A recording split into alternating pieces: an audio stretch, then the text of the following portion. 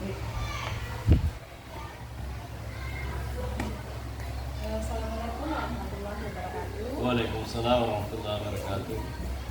Baiklah, perkenalkan saya adalah Nurma Esina, calon diri penggerak angkatan 8 dari Kabupaten Mamuju. Kali ini saya bersama dengan Bapak Selimin, ya, dari Kepala Sekolah SDN Impes Bule. Iya. Baik, Pak. Bagaimana kabarnya hari ini, Pak? Alhamdulillah sehat.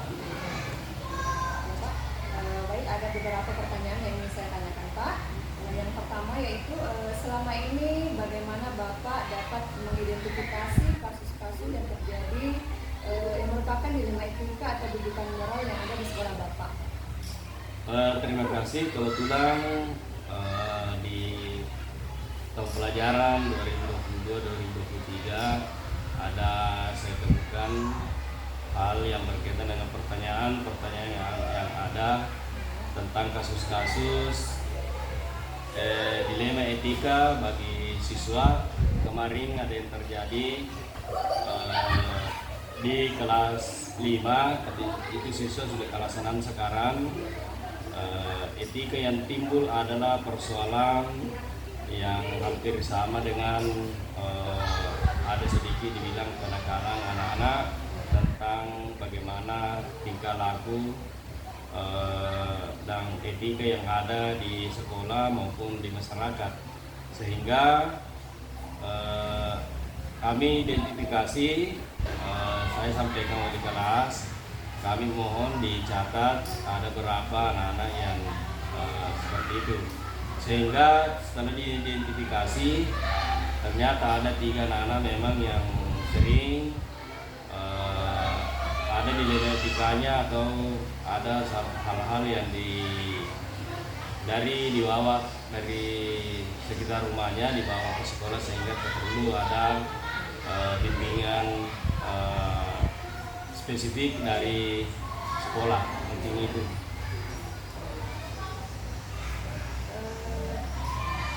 Berikutnya, bagaimana Bapak menjalankan pengambilan keputusan di sekolah Bapak, terutama untuk kasus-kasus yang ada 2 kepentingan yang sama-sama benar atau sama-sama mengandung nilai kebaikan? Bagaimana Bapak mengambil keputusan? Kemarin setelah identifikasi itu ada 3 anak yang merupakan etikanya ya bukan berarti etikanya tidak bagus, ini kurang sesuai dengan pandangan dalam mendidik anak-anak, sehingga kami kemarin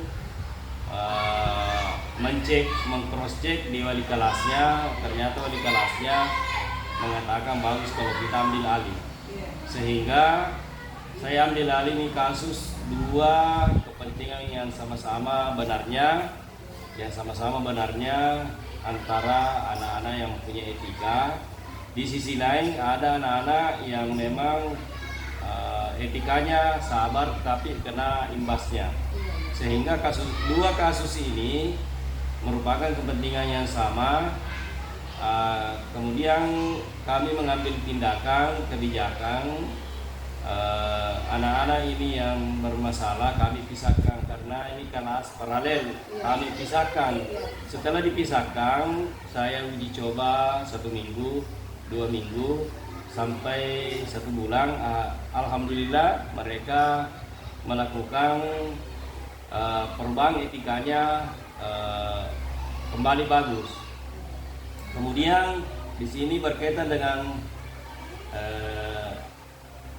pertanyaan ketiga, langkah-langkah atau prosedur seperti apa yang biasa Anda lakukan selama ini. Setelah kami berikan alternatif penyelesaian di sekolah karena antara si korban dengan si pelaku terjadi persoalan hal etika di sekolah, Bu. Sehingga setelah kami pisahkan ternyata efeknya bagus. Kemudian langkah yang kami tempuh adalah saya memanggil orang tua siswa, mengambil jalan keluarnya, sehingga langkah pertama orang tua siswa menyetujui bahwa insya Allah kami tetap sekolahkan anak saya, kami serahkan sekolah bagaimana bagus. Sehingga waktu itu saya panggil kedua orang tuanya. Ini orang tuanya yang punya nilai estetika yang kurang bagus, menyerahkan sepenuhnya kepada sekolah untuk dibina siswanya. Sehingga alhamdulillah sampai naik kelas 6 sudah berubah. Mungkin tidak berubah sampai 100%, tapi sudah 80% berubah. Ada perubahannya, Pak, ya? Iya, ada perubahannya. Pak, hal apa saja yang selama ini Bapak anggap efektif dalam pengambilan keputusan pada kasus-kasus kriminal etika? Hal-hal karena Bu sekarang era digital. Era digital ini apa yang telah terjadi di sekolah sebenarnya ada nilai negatif positifnya digital. Di sisi lain ketika orang tua memberikan saran ketika terjadi hal etika anak-anaknya di sekolah, ketika melaksanakan memberikan masukan kepada sekolah melalui era digital, itu negatifnya semuanya masyarakat bisa berkomentar, walaupun di luar masyarakat tidak berkomentar, sehingga itu nilai negatifnya nih bisa timbul. Yang paling bagus adalah melalui komite, ada saran pendapatnya silakan melalui komite. Itu langkah yang kami tempuh selama ini. Kalau tidak bisa melalui komite, langsung kepada kepala sekolah, jangan langsung dulu ke wali kelas, karena kalau langsung ke wali kelas bisa saja ada ketersinggungan antara wali kelas dengan orang tua siswa. Hal itu langkah yang kami selama ini pakai di sini selama kurang lebih 2 tahun. Melalui komite saja, Ya, Pak, ya? melalui komite. Kemudian berikutnya, apakah Bapak memiliki ada jadwal tertentu dalam penyelesaian sebuah kasus kriminal etika, atau apakah langsung Bapak menyelesaikan di tempat, atau ada prosedur tertentu yang dijalankan, Pak? Untuk selama ini, selama ada sudah 3 kasus di sini, 1 kasus artinya estetikanya anak itu kurang ini, tidak ada jadwal yang kami lakukan. Hanya ketika ada terjadi, kami langsung selesaikan. Kalau tidak bisa selesai 1 hari, kami langsung 2 hari sampai betul-betul ini diselesaikan. Karena kadangkala ada anak-anak yang melakukan sesuatu hal yang melanggar sekolah, kadangkala wali kelas tidak bisa menyelesaikan, diserahkan kepada kepala sekolah, sehingga otomatis kalau dipakaikan jadwal agak lambat kalau terjadi. Terjadi. Jadi paling di sini kami tidak pernah tidak selesaikan selama 3 hari, harus diselesaikan segera secepatnya. Iya. Berikutnya, Pak, adakah seseorang atau faktor-faktor apa yang mempermudah atau membantu Bapak dalam pengambilan keputusan dalam kasus-kasus kriminal etika? Kalau faktor-faktor yang selama ini membantu kami menyelesaikan kasus-kasus ini, karena kebetulan memang pertanyaan ini pernah terjadi di sini. Cuma dalam hal etika, lebih jalannya etika, faktor yang membantu kami adalah teman-teman dari wali kelas. Karena kenapa? Saya kan orang baru di sini, belum tahu latar belakangnya siswa. Jadi kalau ada siswa terkena kasus, tentu saya bertanya dari mana ini, di mana lamanya, lorong berapa, bagaimana kehidupan orang tuanya, bagaimana anak ini malas ke sekolah atau tidak, sehingga baru itu kami mengambil keputusan untuk menyelesaikan modelnya seperti ini. Jadi kemudian Pak Komite juga bisa memberikan masukan sekaitan dengan pelaksanaan kegiatan di sekolah. Kalau ada hal-hal yang memang tidak bisa diselesaikan, selalu minta, dia bilang tembusi saya. Tapi sampai sekarang belum pernah, tidak ada yang tidak terselesaikan di sekolah. Semuanya harus diselesaikan di sekolah, tidak ada keluar dicampuri oleh komite. Berikut pertanyaan terakhir, Pak. Dari semua hal yang telah disampaikan, pembelajaran apa yang dapat Bapak petik dan pengalaman Bapak mengambil keputusan di rumah itu, Pak? Terima kasih, Bu. Untuk pembelajaran yang kami peroleh, ternyata bahwa kita semua juga punya kandung. Ternyata pengalaman yang paling berharga bahwa menghadapi anaknya orang untuk dididik dengan anak kita, sangat berbeda.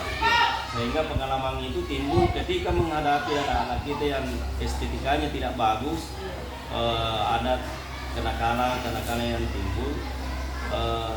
Pengalaman yang paling berharga adalah beda menghadapi anak-anak kita, anak-anak kita sendiri dengan anak-anak yang kita bina.